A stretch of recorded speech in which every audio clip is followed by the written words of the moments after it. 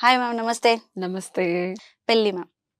పెళ్లి పూర్వంలో పెళ్లి అనగానే ఆ ఇంట్లో హడావిడి, ఆ వీధంతా మొత్తం తోరణాలు, ముగ్గులు, ఎంతో హడావిడి, చుట్టాలు, బంధువులు.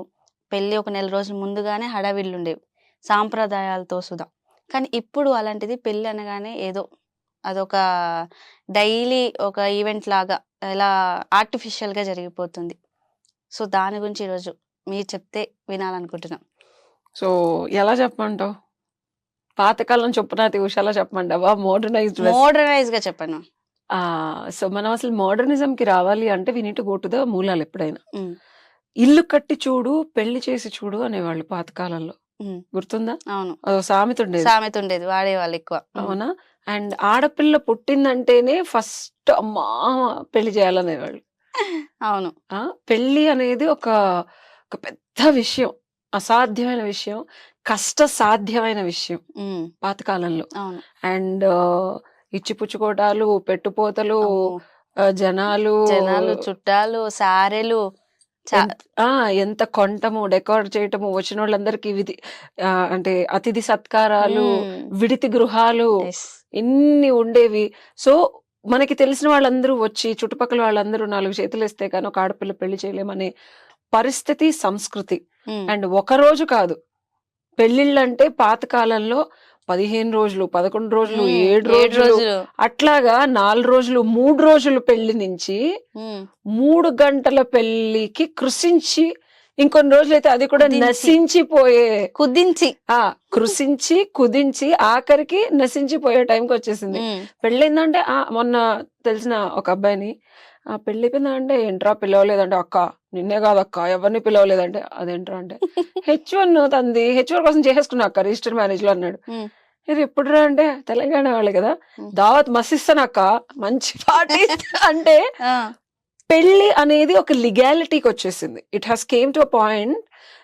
ఒక సందడి, సంబరం, ఆనందాలు, బాంధవ్యాలు, బంధాలు, ఇష్టాలు, కష్టాలు, నొచ్చుకోవడం, పాటలు, బాజా భజంత్రీలు, వంటకాలు, ఆ రాత్రులు పాడే డాన్సులు, పిల్లలతో ఆటలు, సరసాలు. ఈ టీనేజ్ పిల్లలందరూ అసలు ఎక్కడ కనెక్ట్ అయ్యామంటే పెళ్లిలో చెప్పుకునే మెమరీస్ ఉన్న జనరేషన్ నుంచి వచ్చాం.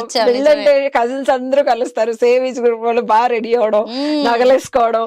ఫంక్షన్ కంటే ఇంకంతే రెడీ, కొత్త బట్టలు. ఇప్పుడంటే మేకప్లు, ఇన్స్టాగ్రామ్లు ఇవన్నీ వచ్చాయి. నా చిన్నప్పుడు అయితే అసలు పొద్దున వేసుకుని నేను మధ్యాహ్నం వేసుకునేదాన్ని కాదు, సాయంత్రం వేసుకునేదాన్ని కాదు. మళ్ళీ ప్యూర్ కంప్లీట్లీ డిఫరెంట్ జ్యువెలరీ. ఫోటోలు లేవు కదా అప్పుడు, కాంపిటీషన్ అనమాట, ఎవరు బాగా పెట్టుకుంటున్నారు, ఎవరు బాగా వేసుకుంటున్నారు అని చెప్పి. మేకప్ లో ఉండేవి కాదు అప్పుడు, అంతా నార్మల్ గా ఉండేవి. అండ్ కాంపిటీషన్ కన్నా స్పిరిట్ ఉండేది.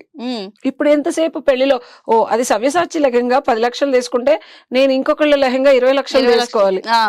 So this is more of cousins మధ్యలో కూడా. సో మనం ఒక ప్రేమ, సపోర్ట్ స్ట్రక్చర్. నాకు జ్యువెలరీ లేకపోతే మా కజిన్ ఇచ్చేది, ఇది నిన్ను పెట్టుకోలేదంటే నాది పట్టుకో అనేది. బంగారం కూడా ఇచ్చిన రోజులు ఉన్నాయి. అలాంటిది అసలు ఇప్పుడు అంటే తల్లిదండ్రులు కుదిరితే ఒక్కొక్కసారి అబ్బాయి ఉంటాడు, ఉండకపోతాడు, ఎంగేజ్మెంట్లు కూడా అయిపోతున్నాయి. ఒక్కొక్కసారి అమ్మాయి కూడా ఉండదు, ఎంగేజ్మెంట్ అయిపోద్ది. అటు తల్లిదండ్రులు ఇటు తల్లిదండ్రులు ఉంటున్నారు. ఇంకా ఎడిట్ ఫార్మాట్ లోకి వెళ్తే ఈ తల్లిదండ్రులు కూడా ఆన్లైన్ లోనే ఉంటారు. అందరూ జస్ట్ ఇట్లా వీడియో కాల్ చేసి మనం మమ అనిపించుకుంటాం. అండ్ పంతులు గారు కూడా ఏదో కాలిఫోర్నియాలో ఉంటారు, వీళ్ళు న్యూజెర్సీలో ఉంటారు, వాళ్ళు నార్త్ క్యారోలినాలో ఉంటారు. మన వాళ్ళు మిగిలిన వాళ్ళు ఇండియాలో ఉండే పసుపు కుంకాలు పట్టుకొని ఇట్లా ట్రాన్స్ఫర్ చేసి వీళ్ళన్నో వాళ్ళన్నో ఆ వదినో ఈ వదినో ఏదో ఉండి. సో అంతా ఫాస్ట్ ఫార్వర్డ్కి వెళ్ళిపోయాం. మనం టెక్నాలజీని బాగా వాడేసాం. ఈ స్టేట్ కి ఎందుకు వచ్చింది అంటే, ఒకటి జనాల దగ్గర టైం లేకపోవడం. సరదాగా నా చిన్నప్పుడు జడలేసి నూనెలు పెట్టి సంపంగి నూనె కాసి మా అమ్మమ్మ మందార పువ్వుల ఆకులన్నీ తెచ్చుకొని అంత టైం ఉండేది అని అంటారు. ఇప్పుడు ఎందుకు లేదు అంటే, బాంధవ్యాలు, మానవ సంబంధాలు, మనుష్యుల కదలికల్ని గమనించే టైము కూడా లేదు మనకి. ఇప్పుడు ఇన్ని హత్యలు, ఇన్ని ఉదంతాలు, పెళ్లిళ్ళు చేసుకున్న తర్వాత తీసుకెళ్లి లోయల్లో తోసేయటాలు, ఇవన్నీ ఎందుకు వస్తున్నాయి? పెళ్లి జరిగినప్పుడు పాత కాలంలో ఒక అమ్మాయి ఏదైనా తేడాగా ఉన్నా, లేకపోతే అబ్బాయి తేడాగా ఉన్నా, మనసు కొంచెం నొచ్చుకునేటట్టు బిహేవ్ చేసినా వెళ్ళి సదిరి చెప్పి సెట్ చేసి మళ్ళీ ఒక పద్ధతిగా ఒక వరలోకి తీసుకొచ్చి మళ్ళీ ముందుకు తీసుకెళ్లేవాళ్ళు పెద్దవాళ్ళు. అసలు ఇప్పుడు పెద్దవాళ్లే ఉండట్లేదు పెళ్లిళ్ళలో, పెద్దవాళ్ళు అనే కాన్సెప్టే లేదు. రేపు పెళ్ళంటే ఈ రోజు రాత్రి వచ్చే అన్నదమ్ములు అక్క చెల్లెళ్ళు ఉన్న సొసైటీలో వచ్చేసాం. అవును, నా పెళ్ళంటే నేను కూడా ఈ రోజు నైట్ ఫ్లైట్ దిగి పొద్దున్న తాలికెట్టి వెళ్ళిపోయే టైంలో కూడా ఉన్నాం. అలాంటప్పుడు మానసిక స్థితి, మానవ సంబంధాలు, సొంత తమ్ముడు పెళ్లికి నాకు తెలిసిన ఫ్రెండ్ లండన్ నుంచి వచ్చాడు జస్ట్ 6 days ఉన్నాడు. ఈవెంట్ మేనేజర్ మొత్తం సెట్ చేశాడు, బట్టలు అన్ని కొనేశారు, మ్యాచింగ్ తానుల్లో తీసుకుని కుట్టించేశారు. అంతా నేను fashion consultant, wedding planner, catering, everything is just a click అవే. గూగుల్ కి వెళ్ళటం, ఏం అడిగితే best wedding planner in Hyderabad కొడాస్ది, బడ్జెట్ 10 lakhs, వచ్చేయి, చేసేయి, తీసేయి, పీకే, లాగే, తీసుకో. సో ఇలాంటప్పుడు నా అన్న పెళ్ళి అవుతోంది, నా తమ్ముడు పెళ్ళి అవుతోంది, నేను దగ్గరుండి వాడికి పంచ సెలెక్ట్ చేయాలి, లేకపోతే వాడికి నచ్చిన ఫుడ్ వండించాలి. ఇద్దరు నించొని వండించేవాళ్ళం. అవును, ఇవేమీ లేవు. లేకపోవడానికి రీజన్ టైం, ప్రేమ, అనురాగం, బంధం, బాంధవ్యం, సుఖం, దుఃఖం, సంతోషం, ఆనందం, ఇవి పంచుకోవడానికి ఇవి కావాలి. ఇవి లేవనుకో, ఇది పంచుకోవడం కాదు, ఇప్పుడు తెంచుకోవడం అవుతుంది. ఇది పంచుకుంటే పెరుగుతుంది, తెంచుకుంటే చచ్చిపోతున్నారు. ట్రెండీ టాపిక్స్ అయిపోతున్నాయి. ఎగ్జాక్ట్లీ. సో ఇది పంచుకోవడానికి టైం ఈజ్ మిస్సింగ్. ఒక మనిషి సుఖంగా బతకడానికి పాతకాలంలో అమ్మ, నాన్న, అన్న, తమ్ములు, అక్క, చెల్లి, ఒక కుటుంబం ఉంటే సంపద అనేవాళ్ళు దాన్ని. మంచి పిల్లలు, సిరి వేరు, సిరి డబ్బు. మనిషి డబ్బు వెనకాల పడుతున్నాడు. సిరి సంపదతో సుఖంగా 100 ఏళ్ళు వర్ధిల్లండి అని దీవించేవాళ్ళు. ఆ దీవెన కూడా మన వాళ్ళకి చచ్చుమొహాలకి అర్థం కూడా కాదు, అడవా అంటారు, తెలుగు కూడా రాదు. ఓకే అంటే అయిపోయింది. సిరి సంపద అంటే కుటుంబ గౌరవం. ఇప్పుడు కేసులు పెట్టేసుకొని జైలుకి వెళ్ళేస్తే ఉంది, చక్కగా మళ్ళీ బెయిల్ తీసుకొని రావచ్చు. వేర్ ఈస్ ద గౌరవం అక్కడ? ఒక ఫ్యామిలీకి గౌరవం గాని, సొసైటీలో ఒక అర్హత కల్పించుకోవడం. అంటే ఇదివరకు ఒక ఆయన ఒక మాట చెప్తే వినేవాళ్ళు, పెద్ద ఆయన రా, మనకి ఏదైనా తెలియకపోతే సలహా అడిగితే ఆ కుటుంబం చాలా మంచిది, కర్త అనేవాడు. అంటే కుటుంబ పెద్ద ఉండేవాడు. మంచైనా చెడైనా ఆయనకి జ్ఞానము, విజ్ఞానము, ఒక అర్హత, నలుగురిలో ఒక రకమైన గౌరవం ఎప్పుడు వస్తుంది? ఏదన్నా ఒక బిజినెస్ లో నువ్వు సక్సెస్ అయితే ఆ ఫార్ములా వెళ్ళి ఆయన అడుగుతారు, ఆయన సక్సెస్ఫుల్ గా ఉన్నాడు అనుకుంటాం. ఒక కుటుంబంలో సక్సెస్ అయిన వాళ్ళు నీకు ఎంతమంది తెలుసు భార్గవి? నీకు ఏదైనా ప్రాబ్లం వస్తే ఎవరి దగ్గరికి వెళ్ళి అడుగుతావు? ఇప్పుడున్న సమాజంలో ఇంట్లో అమ్మ వాళ్ళని అడుగుతా. అమ్మ చచ్చట్టు కొడుతుంది నువ్వు దాని గురించి చెప్తాప్పుడు. లోకం సహించడు, క్షమించడు అలా అందనుకో, ఆవిడేం చేస్తావు? నో ఆప్షన్ కదా. మనకే ఎవరిని అడగాలో తెలియని ఒక అగాధ స్థితికి వచ్చేసాం న్యూక్లియర్ ఫ్యామిలీస్ లో. నాకు ఇంకా సో ఆనర్, నీకన్నా పెద్దదాన్ని కదా, I use to go to my పిన్ని. నేను ఎవరన్నా అబ్బాయి నచ్చాడు అనుకో, పిన్ని దగ్గరికి వెళ్ళి, పిన్ని దగ్గర చిల్లర డబ్బులు ఉండే, అప్పుడు పాతకాలంలో రూపాయి ఫోన్లు ఉండే అనమాట. పిన్ని దగ్గరికి వెళ్ళి, పిన్ని నాకు ఈ అబ్బాయి నచ్చాడంటే, మరి మా అమ్మ నా అలాగా చుప్పన అదిలా తిట్టేది కాదు. సర్లే ఉషా, బట్ ఎక్కడికి వెళ్తున్నావు చెప్పు, ఎవరితో మాట్లాడుతున్నావు చెప్పు, మాట్లాడిన తర్వాత నాకు ఏంటో చెప్పు, వాళ్ళతో మాట్లాడలేదా చెప్తాను అనేది.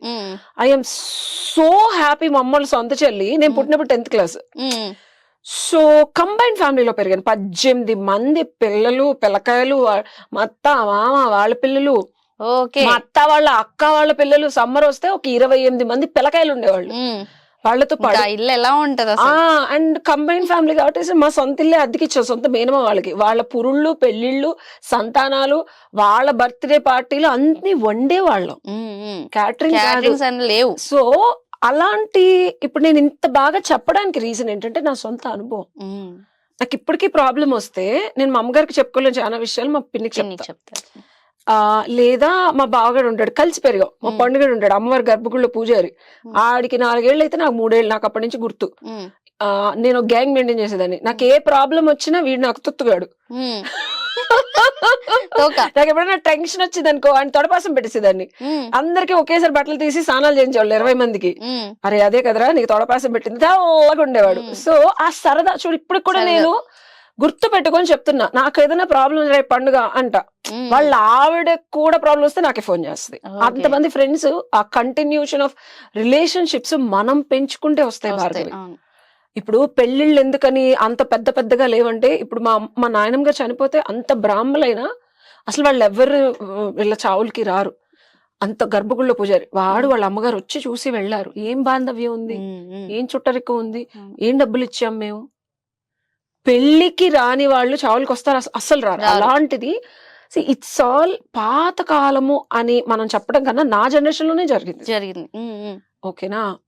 సో అది నా అదృష్టం. నేను భగవంతుడితో నేను మొక్కుకొని వచ్చిన ఫ్యామిలీలో అలా పుట్టడం వల్ల 18 ఏళ్ళు కంబైన్ ఫ్యామిలీలో బ్రతికాను నేను. So have the beautiful memories అనమాట.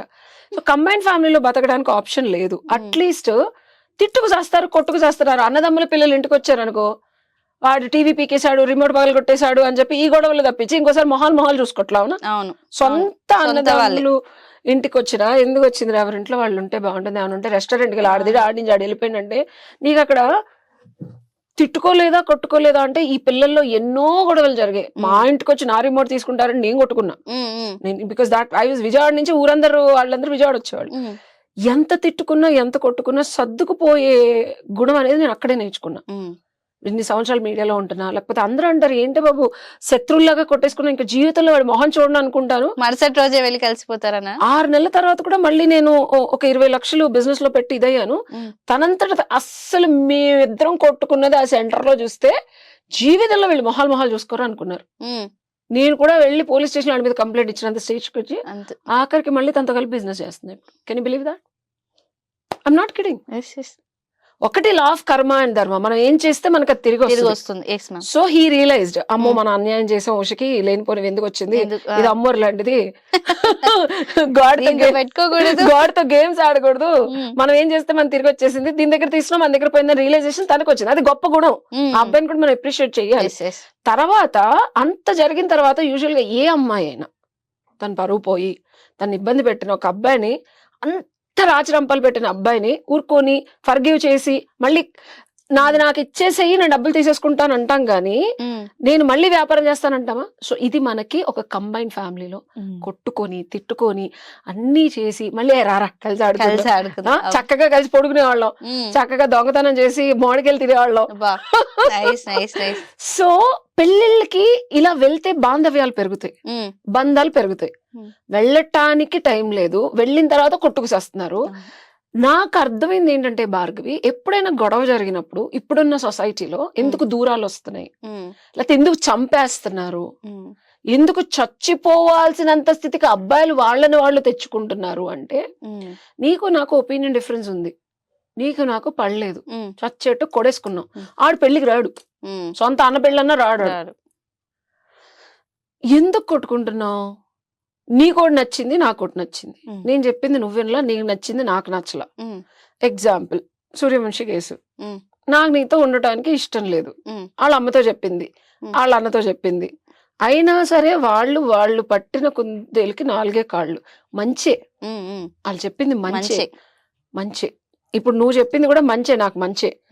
కానీ మంచి నాకు వద్దురపై నాకు చెయ్యాలన్నది వివరణ కలియుగా ఉన్నాయి. నేను రప్చర్ అయిపోయి, నేను నాశనం అయిపోయి, నాకు అసలు చిరిగిపోయి బట్టలు నేను రోడ్డు మీద నించునే పనే చేస్తాను అన్నాను అనుకో, అమ్మాయి కూడా అదే అంది.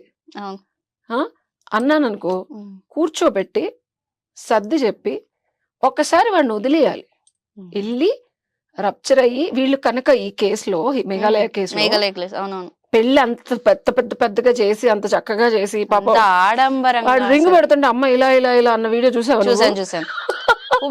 అది కూడా అంత వీడియో క్యాప్చర్ చేసి దాంట్లో ప్రతిదీ మేడం ఏదో పెళ్లి చేసామో మామ అనిపించాము అనలాగా జరగలేదు. వాళ్ళది చాలా ఘనంగా చేశారు. ప్రతి ఈవెంట్ అంటే ప్రతి మ్యారేజ్ లో హల్దీ ఫంక్షన్ గానీ, మెహందీ ఫంక్షన్ గానీ, ఎంగేజ్మెంట్, పెళ్లి ప్రతిది కూడా అంటే అంత బాగా చేశారు. వావ్ అన్నట్టు అనిపించింది. సో ఇది ఎవరు మాట్లాడిన విషయం. ఆ అమ్మాయి తప్పంటున్నారు, తల్లిదండ్రులు తప్పంటున్నారు. మా అమ్మగారు నన్ను చాలా బాగా పెంచారు. ఇంత కంబైన్ ఫ్యామిలీలో పెరిగాను. And I to had teenage feelings ఉంటాయి మనకు కూడా. నా ఫస్ట్ ఎవర్ లవ్ ఇంట్లో వెళ్ళిపోదాం అంటే there was time a day ఆ తల్లిదండ్రులను ఎదిరించేసి మనం కూడా అసలు ఇట్లా చించేసుకొని వెళ్ళిపోదామని అనిపించిన రోజులు ఉంటాయి, ప్రతి ఒక్కరికి ఉంటాయి. ఎప్పుడైతే నీకు ఆ strength of communication, strength of love and affection, strength of relationship ఉండి తల్లిదండ్రులు నచ్చ చెప్పినా వినని సందర్భాలు ఉంటాయమ్మా.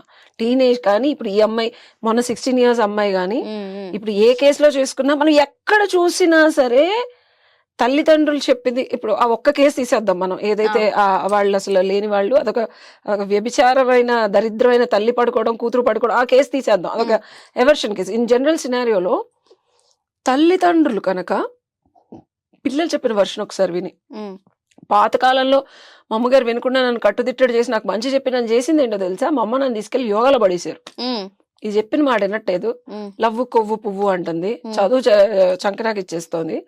అండ్ మా నాన్నగారు కూడా కొంచెం, నాన్నగారితో చాలా డాడీ ఇష్యూస్ ఉండే నాకు, కొడేసుకునే వాళ్ళు ఇద్దరు అసలు కత్తులు ఒక్కటే తక్కువ, శత్రువుల కన్నా దారుణంగా ఇది అగ్రెసివ్ ఉంటది. అది ప్రతి టీనేజర్ కు ఉంటది. ఇప్పుడు అందరు చెప్తున్నారు తల్లిదండ్రులు ఫ్రెండ్లీగా మాట్లాడాలి అప్పుడు బాగా జరుగుతుంది, లేకపోతే నువ్వు మీ అన్నతో బాగా ఫ్రెండ్ గా మాట్లాడుకుంటే పెళ్లికి వస్తాడా, రాడు కదా. It's about how you're pacifying your anger, how you're pacifying your depression, how you're నీకేం కావాలనుకుంటున్నావో అది సాధించాలి, అది ఉంటేనే నేను ఆనందంగా ఉంటాను, నా బాయ్ ఫ్రెండ్ తో ఉంటేనే బాగుంటాను, లేకపోతే నేను ఇలా ఉంటానే బాగుంటాను అనే ఒక విపరీతమైన పైశాచిక ఆనందం అది ఫుల్ఫిల్ చేసుకోవడానికే కదా ఇవన్నీ చేస్తున్నారు. సో నన్ను ఎక్కడ డివైడ్ చేశారంటే మా parents, they put me into yoga, they put me into meditation. So ఒక సటల్నెస్ వచ్చింది. మన సంస్కృతిలో చక్కగా ఉన్నాయి, దేవాలయాలు ఉన్నాయి. పాప భీతి నాకు ఇప్పుడు ఏదైనా నాకు ఎవరన్నా వెళ్ళి, నేను నిన్న నా పార్ట్నర్ కూడా అదే చెప్పా, పాప భీతి అంటే నాకు తెలియకుండా చేశాను కదా ఉషా నిన్ను హర్ట్ చేయటం అంటే, కర్మ సిద్ధాంతంలో మనం తెలిసి చేసినా తెలియకపోయి చేసినా పక్కనోడు కనుక తీవ్రమైన బాధకి కానీ హర్ట్ కి కానీ గురైతే ఆ కర్మ నీకు వస్తుంది. ఆ పాప భీతి ఏది, ఇప్పుడు ఈ అమ్మాయి ఇతను చంపేసింది, ఎగ్జాంపుల్ చెప్తున్నా, ఆ పాపం నీకు అంటుకుంటది, దానివల్ల రేపొద్దు నా జీవితం నాశనం అయిపోద్ది, ఇంత పాపానికి నేను ఒడిగడితే నేను అసలు ఎలా హ్యాపీగా ఉంటాను, అంత పైశాచికత్వం అండి. ఈ అమ్మాయి సైకలాజికల్, వాడిని చంపే శుభ్రంగా హనీమూన్ చేసుకుందట 5-6 రోజులు. అసలు అది అంటే ఆ బ్లడ్ అదంతా చూసి, అంటే ఒక హ్యూమన్ మెంటాలిటీలో పెళ్లి అనేది అసలు పెద్ద తూర్చైపోయింది. నువ్వు పెళ్లి గురించి మాట్లాడుతున్నావు, ఏంటి ఉష గారు పెళ్లికి ఎవరు రావట్లేదు, ఏం చెయ్యట్లేదు అంటే, ఎవరైతే నీతో అవసరం ఉంటుందో, ఎవరైతే డబ్బులు ఇస్తావో, అయితే ఎవరికి నీ నుంచి సాయం కావాలో, ఫ్యూచర్ లో నీతో ఏమైనా పని చేయించుకోవాలో వాళ్ళే పెళ్లిళ్ళకి వస్తున్నారు ఈ మధ్య. ఎందుకంటే ప్రతిదీ క్లిక్, పెళ్లి కూతురు పెళ్లి కొడుకు ఉంటే చాలు, ప్రతిదీ క్లిక్ లో అన్ని అయిపోతున్నాయి. తల్లిదండ్రులు కూడా దీవెనలో అక్షంతలో ఆన్లైన్ లో వేసే సంస్కృతికి వచ్చేసాం మనం. వాళ్ళు కనుక లండన్ లోనో అమెరికాలోనే రాలేకపోతే ఎవ్రీథింగ్ ఈజ్ హ్యాపెనింగ్, డబ్బులు ఉంటాయి. అది నువ్వు అడిగిన ప్రశ్నకి సమాధానం. ఎవ్రీథింగ్ ఈజ్ క్లిక్ అవే. ఇది వరకు అమ్మమ్మ నాయనమ్మ వస్తే తప్పించి, ఆ తాళిబొట్టుకి దీవిస్తే తప్పించి, లేకపోతే బాసికాలు పెద్దవాళ్ళతో, అండ్ ఆ బాసికాలు కూడా అది ఒక పరంపర లాగా జనరేషన్స్ నుంచి వచ్చిన బాసికాలు వెతికి కట్టించారు. ఇప్పుడు అంత ఫ్యాన్సీ, అంత డిజైనర్ వేర్. డబ్బులు ఎవరి దగ్గర ఉంటే ఆ డబ్బులు పెట్టి ఎంత ఎక్స్పెన్సివ్ గా కొనుక్కుంటే, ఎంత ఆభరణాలు వేసుకుంటే, ఎన్ని ఫోటోషూట్లు దిగితే, ఎంత చీరలు ఇలా అని కడితే, ఎంత పూల జల్లు వేసుకుంటే, డెకార్, వీటికి ఇచ్చే ఇంపార్టెన్స్. నా తమ్ముడు వచ్చాడా, నా వదిన వచ్చిందా, వదిన పిల్లలు జాగ్రత్తగా వాళ్ళకి టైంకి తింటున్నారా, ఇవి చూసుకునే వాళ్ళు ఎవరు, వాటికి ఇంపార్టెన్స్ ఇచ్చే వాళ్ళు ఎవరు. కాబట్టి ఇప్పుడు ఇలా ఉన్నాయి. ఇర్రెస్పెక్టివ్ ఆఫ్ వాట్ మనం ఎంత చేంజ్ అయినా, భవబంధాలకి సుఖానికి డబ్బుకి ఇచ్చే ప్రాధాన్యత కన్నా నా దృష్టిలో ఇప్పటికీ నేను మనిషికి వాల్యూ ఇస్తాను భవాని. 100% మనిషికి, నన్ను నమ్మిన మనుషులకి, లేకపోతే నన్ను నమ్మిన సిద్ధాంతాలకి, నేను నమ్మిన సిద్ధాంతాలకి తల ఒగ్గి ఉంటాను. అలా ఉన్నాను కాబట్టే ధర్మో రక్షతి రక్షత, సో అదొచ్చి మనల్ని కాపాడుద్ది. అండ్ వీళ్ళు కూడా, చనిపోయిన వాళ్ళు కూడా తస్మాత్ కొంచెం గమనించుకొని, అంటే మనం ఏదైతే దేనికి రెస్పెక్ట్ ఇస్తున్నాం, ఎదుటోళ్ళకి మనం ఇప్పుడు అంత చచ్చు అబ్జర్వేషన్ కూడా లేకుండా అమ్మాయి చెప్తానే ఉంది అన్నిటిలోనూ, వాడికి ఈ నాడు ఎక్సైట్ అయిపోతుంది. అవును, నిజంగా.